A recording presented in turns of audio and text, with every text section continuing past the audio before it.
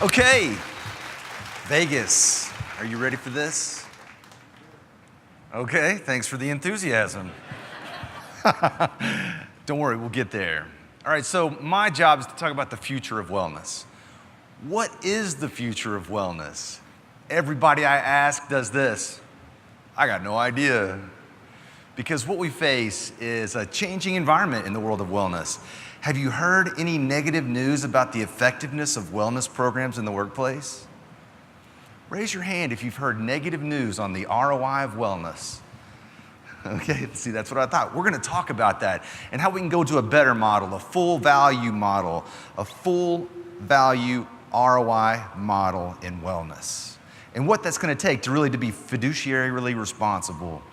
All right, number 2, we're gonna talk about what does it take to create sustained participation in wellness. Has anyone started a wellness program with some pretty good energy, but then suffered the slow and gruesome death of declining participation?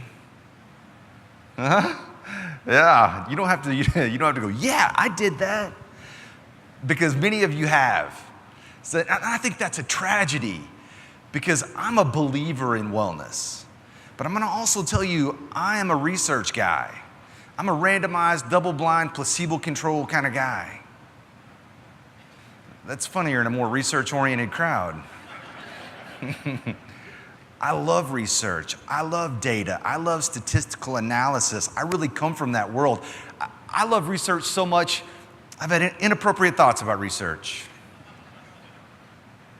Oh, you think I'm weird for that? Okay. Raise your hand for me if you've ever looked at a bar chart, pie chart, spreadsheet, some form of data, and looked at that and went, now that is beautiful. Yeah, that's what I thought. All right. Okay. So what I'm going to do now is I'm going to introduce you with a little bit of a story. I did a presentation much like this, and I finished, and I walked off, and a lady ran up to me. She goes, Andy, I'm so excited. I want you to come look at our wellness program that we put on our company intranet. And I want you to see we're not getting the kind of participation we want. I said, I would love to. So I go to their location, I sit down. Oh, just so that you know, this is one of the largest companies in the world. Okay? And it was easy to figure that out because when you looked at their intranet portal, all the wellness information vendors basically giving them their stuff. I mean, Cooper, Mayo, Cleveland, it was all there. I was looking at that, a massive amount of incredible information, and I looked at her and I go, wow. She goes, I know, right? That's awesome. I said, well, tell me about your data usage, your participation. When are people coming? How long are they staying? Your analytics. And she goes, well, Andy, what we found is that our employees only come to our intranet once every 2 weeks. Anybody know why that is? It's payroll. They're looking for their paycheck. Even the people that got into the wellness information bounced. Now see, most people aren't like me. Most people wouldn't see that wealth of information and get a little shiver and think, this is gonna be great. I'm just gonna need coffee and Hot Pockets for 12 days because I'm gonna, see, most people look at that information and they go, and they're gone. Because here's my main number 1 key point for you. Even people who want information on how to improve their benefits, improve their health, improve their finances, improve their career, a thirsty person will drown if there's too much water. Right? So I want you to think to your employee benefits, to the offerings that you give people. When they go there, what do you think their first thought is when they see that information? What do you think? This is gonna be great? Or, I'm gonna get to this later. I want you to think about that because that is a powerful, that first thought, the first thing they see, the first experience they have, the first thing they feel is powerful and it's a powerful trigger into whether or not they're gonna engage with that information, much less use that information and share that information. Yeah, so I want you to start thinking about that. Okay? What's that initial gut reaction that your people get when they see wellness, when they hear about wellness, or when they hear other people in your organization talk about wellness? You see, most people aren't talking about this, but this is basic behavioral science. It's the law of behavioral momentum. Is that if your initial thought, your initial feeling, your initial gut reaction to anything has what psychologists call a disproportionate salience on your behavior, which means it has an irrationally strong effect.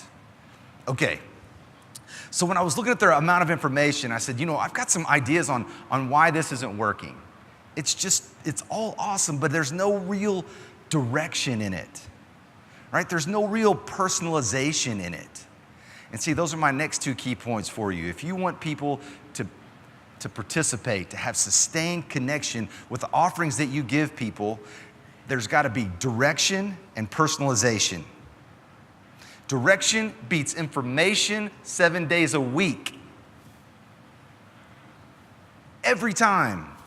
All right, well, if you're not buying that right away, that's okay. Let me ask you a question. Do you think that most of your populations know that they should exercise, and that if they did exercise, it would be worth it? Let's back this up. Let's talk about you. Do you know that you should exercise, and that if you did it, it would be worth it? Do you know why you don't? Why don't you do as much as you could? Why don't we do what we know we should? That's a psychological and behavioral issue. That's not an information issue, right? I tease my fellow health experts all the time. I'll say, okay, so I've looked through your information, you've got great awareness campaigns. Awareness on helping people become aware that they should eat healthier, that they should better manage their stress, and that they should be more physically active. I said, are your people, you're giving that great information on awareness to them. Let me ask you, do you think they're already aware? Here's the thing about awareness programs. They're very effective if the people are unaware. That kind of like heavy knowledge right there, that's why I get the big bucks, people. It's because we're just not thinking about it like this. Because I know the situation, I know the problems, because I've talked with so many people just like you. I mean, brokers and clients and people who are on the front lines trying to make wellness a part of their culture. It's difficult. But if you want to just say, all right, here's this information, and then launch it. It's kind of like, how many of you have watched Game of Thrones? Yeah, I love that show. One of the things I love about it is the battle scenes, right? And the battle scenes, have you seen them like roll those big siege towers up to the gates, up to the castle gates? You see, that's what most wellness programs hope works. They stand back from their people, they load up this information, and they launch it over the walls, hoping that it will hit someone and make a difference. And occasionally it does, right? That's better than nothing for sure. But what's better? What's better than that? It's when you get your people to sneak inside the lines, sneak inside the gates, and integrate with people. Be part of their team. Direction beats information 7 days a week, and personalization. What ideas, what initiatives, what wellness programs that you offer your people have truly got to be for your people. Now, I know this doesn't make me popular because so many wellness vendors, I'm not a wellness vendor. I'm a third-party expert. I can just give you the real deal. Most wellness vendors want you to believe that you can buy this internet program, plug it in, and all is good. Has anyone done that to where you've plugged in a generic off-the-shelf wellness program and it's produced sustainable results and participation? There's not one hand in the air. And that's the typical answer, right? But see, this gets us into a problem because the wellness vendors have this block of amazing information that they want to sell to people. And see, here's the thing. When you try to sell wellness information to an organization, when you're trying to sell that to them, what do you think is their number one question? What does the leadership want to know typically? What was it? ROI, that's great. We're going to talk about that. What else? What else do they want to know? See, that's it, right? They want to know ROI and say, you've got to be a better messenger. We've got to take a better look, a better way of presenting wellness so that people, when they think ROI, you think, yeah, we can do ROI, but let me talk to you about the other things that are more of a rounded, full value look at this, a more realistic way to look at wellness and how it can really integrate into our company culture. Okay, so that's what I want you to start thinking about, is that whenever you provide wellness information, I want it to be based upon direction and personalization. Yeah, and it's not as hard as you think. Cypress, their wellness program, gold medal in the WellCoa Workplace Awards. They have a small budget for that. They have a volunteer staff. They didn't have to dump tons of money and hire a person. They did it from the inside out, and I think that's why it was successful. They got people who are part of their organization to be on the committee and think up things and talk to people, and they know their people, and they came up with ideas. Do you know what the difference? That's an excellent way to do it. Do you know what the opposite of that is? An organization who bought an off-the-shelf wellness program, and part of it was their incentives were tied to a 10,000 steps program. And they really pushed this into the organization, which had a large number of warehouse managers. How many steps a day do you think a typical warehouse manager took at work? 19,000 steps. Okay? So if they're taking 19,000 steps, then you're going to motivate them to go out after work and walk. See, that's the opposite of sustained participation. That creates disengagement. That creates people going, this is ridiculous, right? So it's got to be personalized. And my belief, I know that it's not that difficult to find those personalized solutions.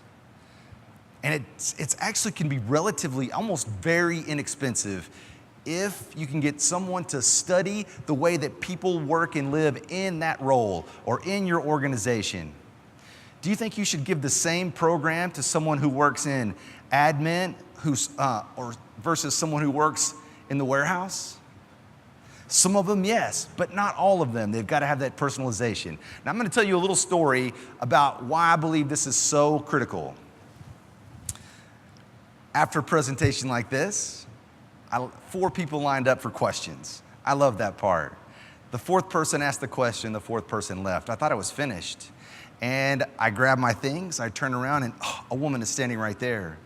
And I said, yes, ma'am, can I help you? She goes, yes, you can. Sit down. I was like, oh, spicy. All right, I like that. And she looked at me and she goes, Andy, I work 70 hours a week. Where am I going to fit wellness in? I said, well, Janet, first of all, why? I looked at her name tag, Janet. I said, why are you working 70 hours a week? It's because I just got added to my job and I'm the go-to person. And she goes, the thing is though, is like the past 6 months, I've started to feel things like, God, why am I so tired? Why am I so cranky? Why don't I want to do what I know I should? And I'm like, Janet, you were in my presentation. You know what I want you to do. She goes, Andy, I will do those things on one condition. If you'll tell me when it's going to work. And see, as a researcher, I was like, well, Janet, there's too many variables involved to accurately predict when the desired outcome. Right, it's funny, because it's ridiculous and true, okay? And she goes, well, I'm not going to do it. So I thought, okay, Janet, I promise you will reach your goals by June 31st. There's only 30 days in June, people. Now, do you think I was telling her that she's going to reach her goals on a day that doesn't exist to tell her that she's not going to hit her goals?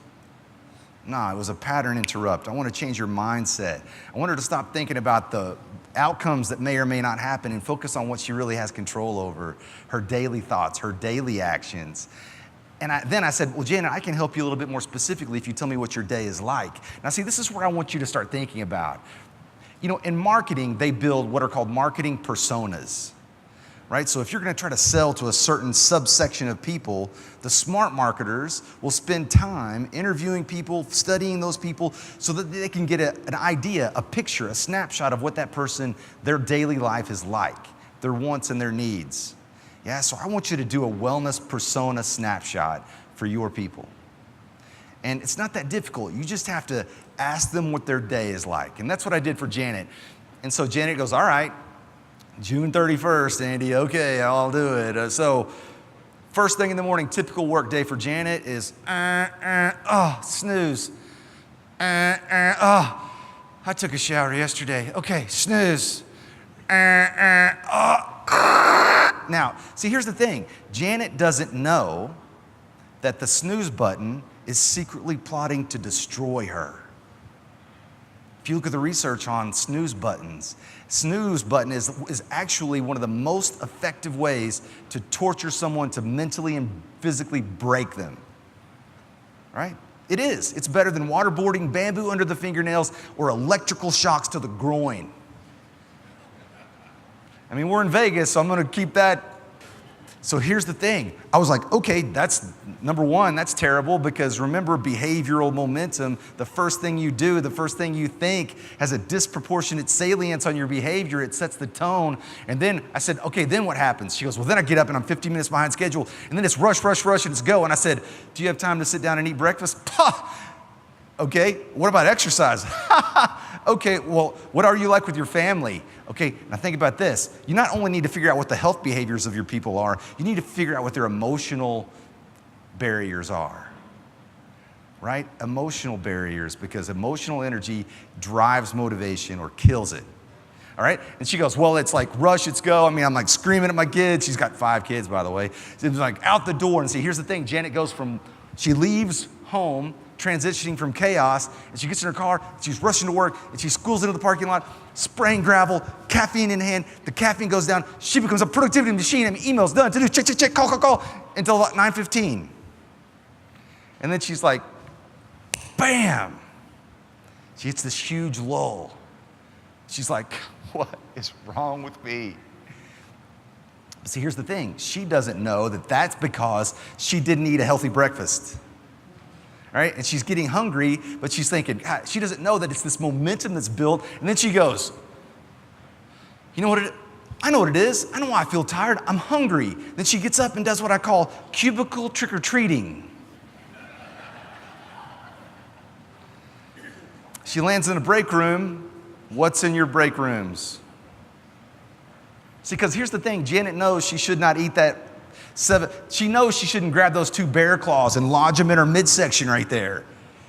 Do you think she knows that? Sure she does. But it's because the pattern in which she's living is sabotaging her motivation to live healthy. It's not the information.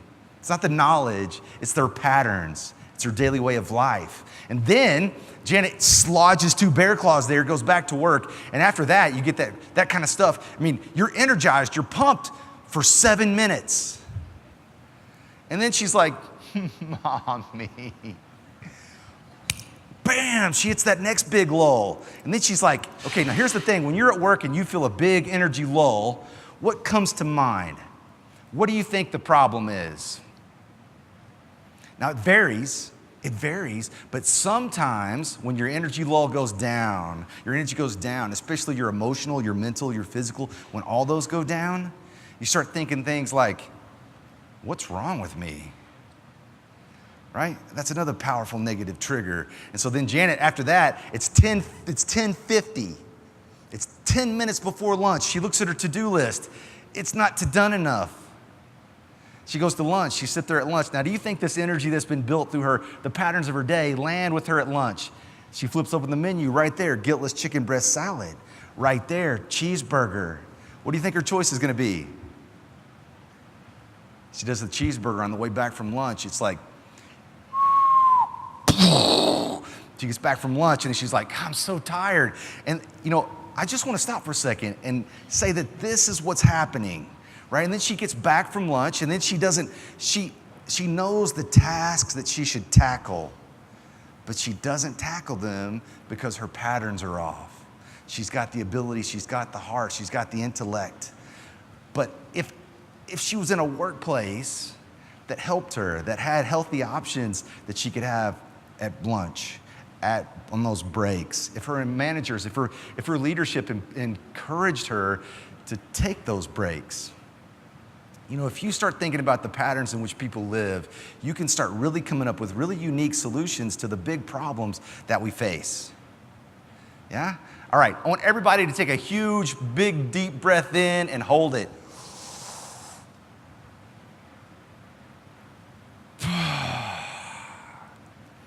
Now, I have 45 minutes with an extension of 9 hours on this program, but I don't want to just run the show. I want this to be a conversation. I mean, does anyone have a success story about when they thought about the daily barriers in their people's lives and designed a program that helped them?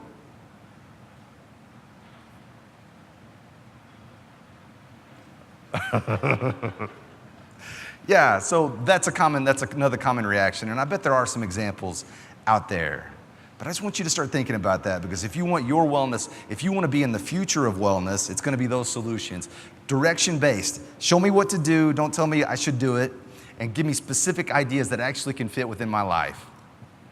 That right there is worth the price of admission, I'm telling you. Because that's not what a lot of wellness vendors might tell you. Because that takes a lot of work.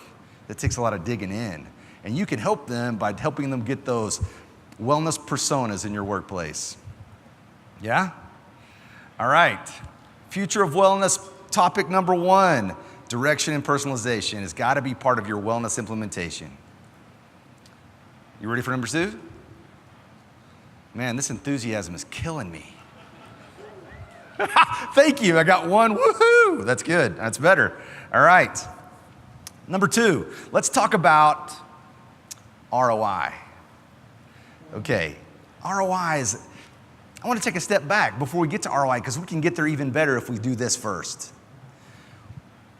Do you think wellness is the right word? Who thinks wellness is the best word when you're trying to get people to live a healthier way of life? I appreciate that. You know what? And some people I'm going to give you an example of where that's right. Okay, what other words might be better than wellness? Healthy. Oh, that's really good. That's right. Did anybody think well-being? Yeah, well-being is the buzzword. That's what a lot of the health experts think, or wellness experts think, is the future. 2008, Gallup did their well-being program, and that's really helped shift some people towards wellness. But here's the question I want you to ask. Is wellness the right word? Should you go to well-being, or should you revert to health? Okay, I'm going to give you a couple examples. For this program, I interviewed a couple of the smartest people I know in the world of wellness. A guy who runs a company called Human Factor Analytics. He used to have a very successful wellness program. Now he shifted that wellness. He was a wellness vendor. Now he's a wellness vendor on analytics only, because he believes in the future of analytics. But when the RAND study came out, do you think people, when they heard about the RAND study saying that basically, the RAND report, that basically wellness programs are ineffective, they should be dumped, they aren't worth it? Do you think that's what the RAND report said? See, that's what a lot of people are getting from the RAND report. What they're saying is the way that wellness vendors are measuring success doesn't hold up statistically. That's what they said, right? And then people who took that, and then they said wellness is ineffective and should be dumped. It's a waste of money and it's a waste of time. Okay, they're wrong. And they're right. They're right if you don't take a personalized, direction-based approach to wellness. And they're wrong because if you do take wellness and you do get it to people in a way that they feel it's part of them, I pity the fool that doesn't think that anybody can change their wellness, their well-being, their health. I really do, because I've seen it over and over again. All right, so let's talk about my first interview with the analytics specialist. He said we should not abandon the word wellness. He goes, we don't have the analytical tools yet to show some of the measures, some of the way that we validate wellness success. They haven't been invented, they haven't been refined. It's going to take some more time, but it's going to happen. Yeah? I think that's really interesting. Stick with wellness.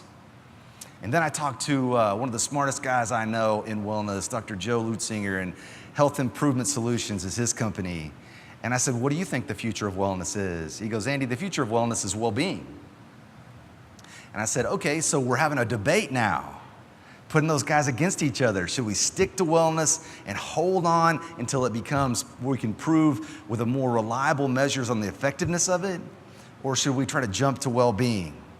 You see, I kind of fluctuate between those two because I do believe that wellness statistically, analytically, will be proven to be effective in the future once we get more rigorous and creative ways of measuring.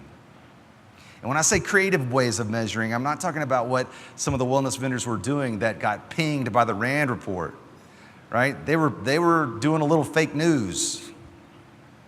So what I believe is that it will happen. So maybe we should stick with wellness. But then I know that well-being is an amazingly good approach as well, because well-being shows a more universal approach to changing health behaviors. You've got to think about more than just should people eat healthy and should people be more physically active and get their preventative screenings. It's got to be a more of an inclusive behavioral approach. But then I challenged Joe and I said, Joe, your company is called Health Improvement Solutions. It's not called Wellness Improvement Solutions. So he goes, yeah, you could argue for going all the way back to going away from wellness and just saying this program is purely about health. I think that's a valid approach too. So all three of those, I think, are effective. And which one should you choose? I think that depends on your situation. I want you to start thinking about that. And I'll give you a couple ways to think about it. One, to get wellness to be part of your organization or grow in your organization, do you have to prove a ROI of your efforts? If you do, I got two suggestions for you. Number one, don't ask for more money yet. Number two is revert to health. Start to try to identify small pieces of the health equation that you can make measurable results against. Because then if you can show measurable results with this initiative, it's going to create some positive momentum for you and open up, and it does open up budget for other things when you can take a more holistic approach with wellness and well-being. If you are currently being successful promoting wellness in your organization, I say stick with the person that brought you to the dance. You've got to stick there and just continue to refine and improve. And if you can make it more direction-based and personalization-based, you will see continued success. But if you've been doing wellness for a couple decades, like Johnson & Johnson and Intel and Microsoft and some of the companies that have been successful for 20 plus years, I think they should go towards well-being. I think they should incorporate more of a universal approach because they've already built that inertia, that momentum through their program. Where are you on the continuum? Where are your customers on the continuum? Yeah, that's a great way to think about how you should rebrand the programs that you present. My personal opinion is that very few should stick with wellness. They should revert to health, be more specific, or jump forward to well-being, or jump forward even more. And that's where we're going to go next. How can you take wellness upstream to well-being? And then what's upstream of well-being? Yeah, see, that's kind of I've been doing this for 22 years. And I started out as health and fitness, right? Health and fitness. And then I went to health and wellness, right? In the 90s, health and wellness. But I was still new into speaking about wellness. And this one speakers bureau, do you know what a speakers bureau is? They're kind of like an agent for speakers. She contacted me and she goes, Andy, listen, I want to put you in for this program. They want to do a development program for their people. I said, okay, great, this is awesome. And she goes, how much do you charge? Well, see, 1993, I charged $2,500, okay? She goes, I'm going to put you in, and she copied me on the email that she sent to the client, a large corporate client that was wanting to boost wellness, health in their organization. Okay? And I was the number one, $2,500, health and wellness. The next person was work-life balance, $12,000. The next person was employee engagement, $13,500. Now, when you look at that, I don't know, when I was looking at that, I was like, there is a problem here.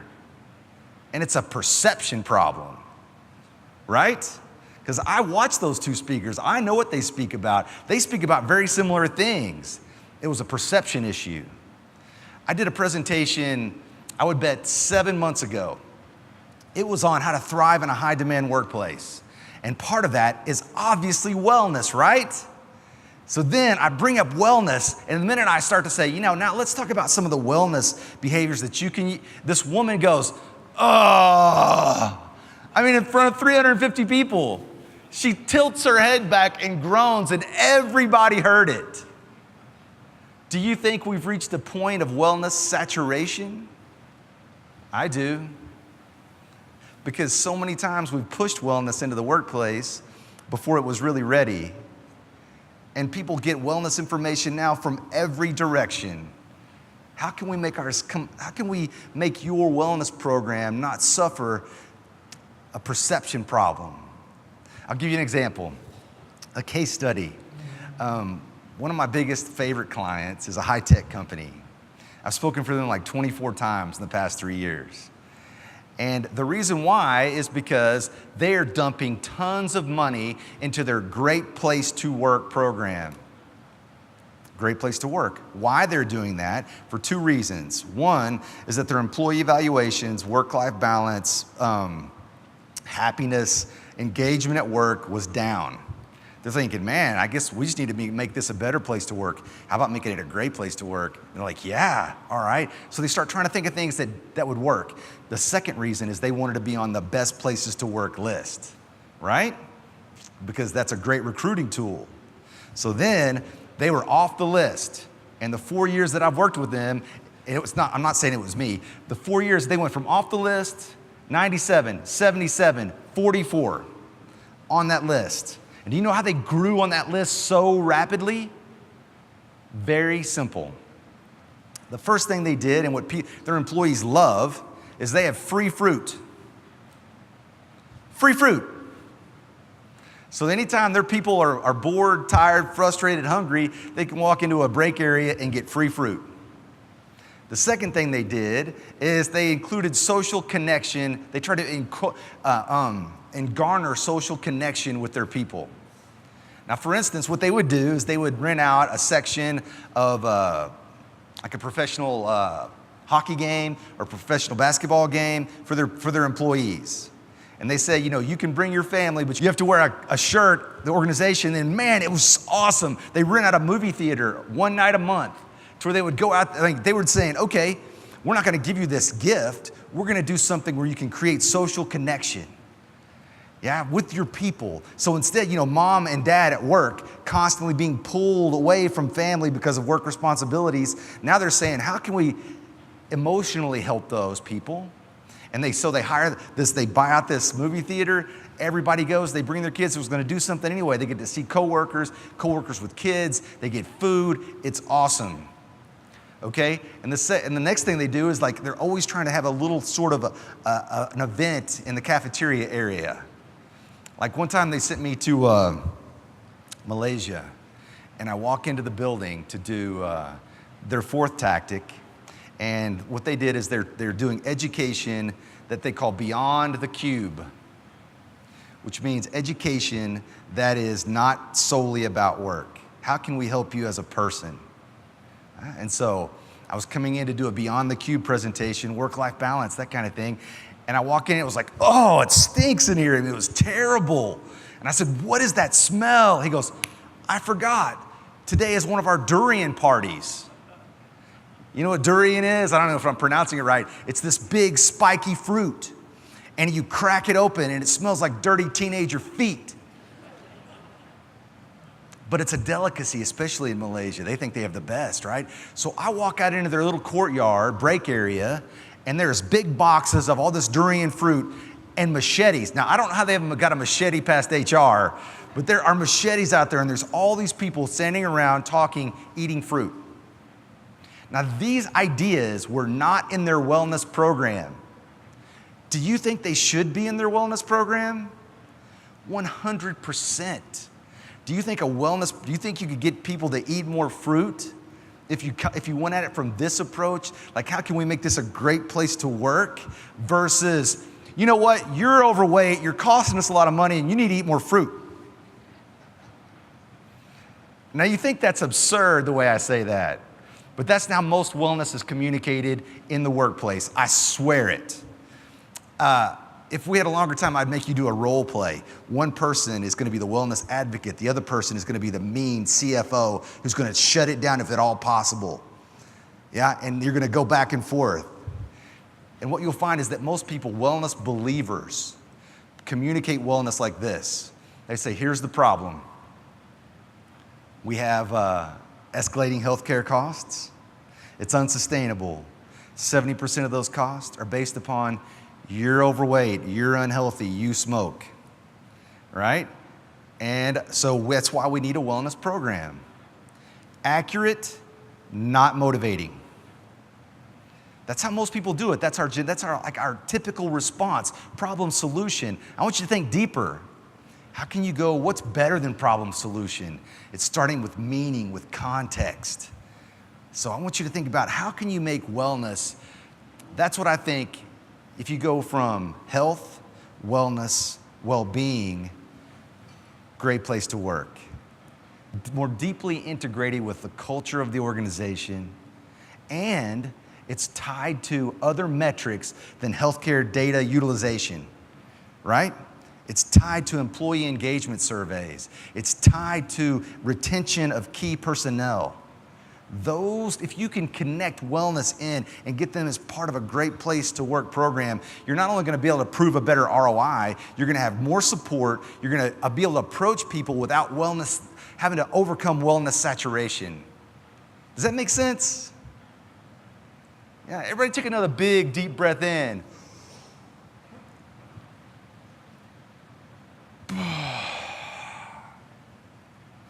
We're going to do 1 minute at your table right now. I want you to discuss what you think the future of wellness is. Ready? Get set, go. All right, here we go. Future of wellness. Change of habits. Change of habits is what you said. Change of habits. That's right. And how do you change habits? You gotta get rid of donut day. You just got to get rid of donut day. That's awesome. Right. And so what she's saying, and the way I hear what you're saying, is that you have to take a behavioral approach to behavior change. Yeah? You got to think about what are the obstacles your people face? How can you help them create this positive wellness, healthy momentum? And I'm telling you, if you look up, I believe that motivation is just momentum in disguise. Yeah? So that's good. All right, gentlemen. Sorry, let me squeeze through here.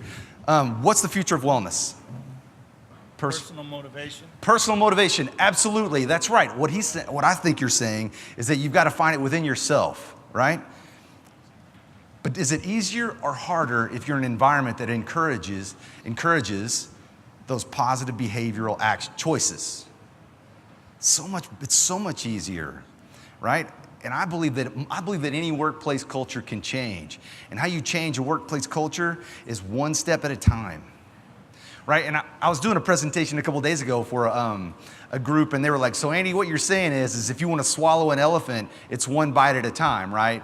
I said, yeah, but it's better than that, because with each bite of that elephant, your taste for elephant improves. You start liking elephant more with each bite. Yeah, that's great. All right. What's the future of wellness? I guess interaction. Interaction. Okay, are you saying like interaction through technology or interaction through social connection? Yeah, social connection. Now, that whole Great Place to Work program was built upon social connection. Do you know that one of the primary drivers of procrastination is a lack of social regeneration? I'm telling you, you can say you heard it here first since we're talking about the future of wellness. Social connection is going to become more and more, greater and greater emphasis in importance in workplaces. Microsoft does a thing where they don't want their employees more than 100 feet away from food at any point in time. I mean, I think that's kind of tough on their wellness program, unless it's the right kind of food. But what they're trying to encourage is social connection. Let me ask you, who's heard of allostatic load? Anybody heard of that? Allostatic load is that when you're in a job where you don't have enough coping to where eventually you can't handle the load. And what it does is it starts deteriorating your immune system, your attitude, your creativity, your productivity. I believe that it does require a well-being approach, but if we're going to get measured on something, we need to pick one thing first. Yeah? All right. What about this table? What's the future of wellness? Come on, what's your future of wellness? I just always think that most wellness programs give human resources a heart attack, and so they're counterproductive. So it's trying to have something in place so that it's manageable. Yeah, so there's the rub, right? You've got the idea, you want to do direction and personalization, but how do you do that? Because most organizations dump it onto HR, and not even HR as a whole. Like sometimes a subsection of HR, and they're supposed to manage that, plus the 50 other things they're managing, and to be a champion for it with the leadership, and get their people to buy into it. So I think that's another example of starting at a manageable pace. You know, with the wellness continuum of people who are interested in doing wellness in the workplace in their organization, and people who've been doing it for a couple decades, most people in this room, you're gonna be in there somewhere. And where should you start? I'm a firm believer that everyone should start. Right now is an amazing time to begin a wellness initiative, to grow your wellness initiatives. But remember the caveat. If you're going to be measured by hard-nosed, statistically verified ROI, then don't ask for a bunch of money. But still start. Yeah, still start. Okay, one more table. What's the future of wellness? Social connection. I like it. Social connection. That's awesome. Because I do believe that. All right. I'm going to give you a couple ideas on where you should start. What creates a behavioral change in people? Yeah? The title of my book is Change Your Day, Not Your Life. That's what I believe. I think that's I'm not asking you to buy my book. I'm saying take that idea. I mean, I want you to buy my book, but I want you to take that idea and think about how can we change the day of the people that we're trying to help. One part, right? And a great place to start is when they start. How do you help people with the start of their day to create a positive behavioral momentum? How do people restart their day after lunch? Think about those things that will really help you think about those behavioral steps. Okay, another way I want you to think about it is remember social connection. How do you get people to be more social around wellness? Food is the best way to do that. Healthy foods. All right, I want you to take another huge, big, deep breath in.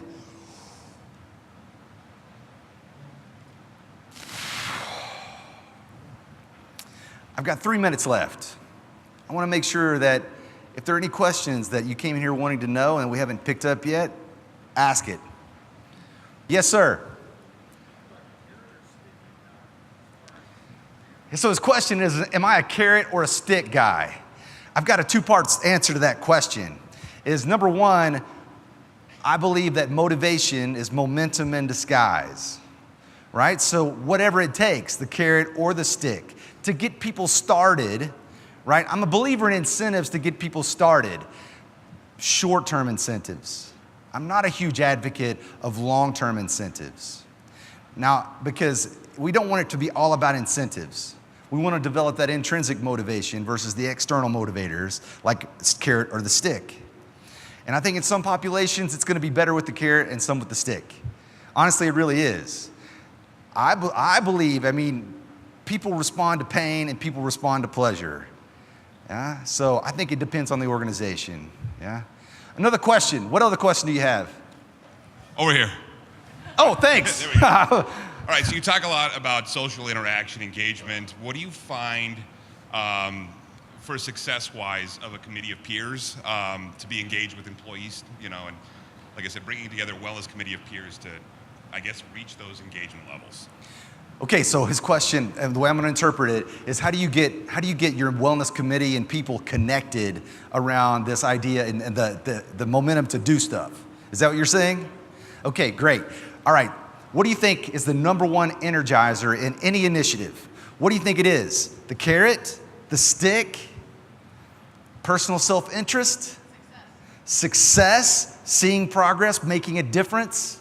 What it is, people who are able to thrive in a high demand workplace, in a high demand role on a wellness committee, and believe me, it can be, are more meaning oriented. They lead with meaning. They are more meaningful.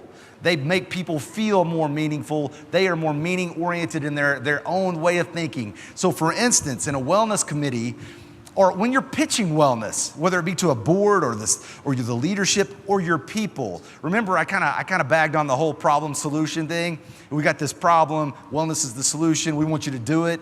All right, that still works if you will put meaning on the front end. If you lead with a meaning-based context. So like in a wellness committee, every meeting I would say, you know what? Here at this organization, we believe in this, this, and this. And personally, I believe in that too, and especially about this. And you know, with this committee, I really believe we're making a big difference. What successes have you had so far? And then you can get people to start talking about how meaningful it is.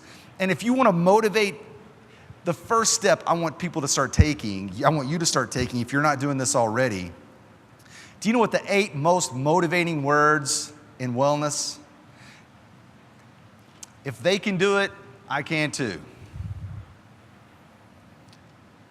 I want you to start thinking about success stories as a greater part of your organizational programs. If you're going to start at ground zero, you need to start with highlighting success stories in your organization. That creates a groundswell. I did a program for our PBS affiliate, and I would interview like doctors and psychologists and nutritionists and all that, and it was so boring. I mean, it was boring. And then I thought, you know what do people really want to see? They want to see people like themselves make positive change. And so I did a fitness witness segment. That thing got so popular.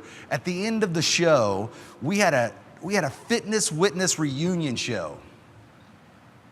It was crazy, the effect. And so if you're trying to go, instead of the siege wall, lobbing on information into people, if you're going to infiltrate, you want to find the people who are already doing wellness, who will say, hey, I'm a warehouse manager. I was 350 pounds. Now I'm 200 pounds. And then you say, how did you do that? Well, I did this. What did you feel like before you did that? Well, I felt like this, and now I feel like this. And what would you tell people who are in your position when you were before? The stuff that comes out of their mouths is better than any marketing brochure a marketing company could come up with. I think that is a way to really shift the momentum in the tide. And in a wellness committee, if you are able to talk about meaning up front and then say, here's this meaningful result, man, it really does. It's like a 1 + 1 + 1 = 10 scenario. All right, so I obviously have tons more information for you. If you would like it, I'm going to be out back. Give me your card, and I'll send you a link and a password to this attendee-only page where you'll get videos, articles, newsletters, brochures, everything that I put together. I do this whole video series for success.com. It's all on there. You can all have that for free. Just leave me your first name and your email or your business card, and I'll send that link to you. If you'd like more info on me as a speaker, put an S on your card, and I'll get you that information as well. I'm going to be around the rest of the time. So if you want to come ask questions, chat about, tell success stories, tell horror stories, please do. I really enjoy that part. And I really want to sincerely thank you and Tom and Cypress, and I appreciate the work that you're doing. Thank you so much, everybody.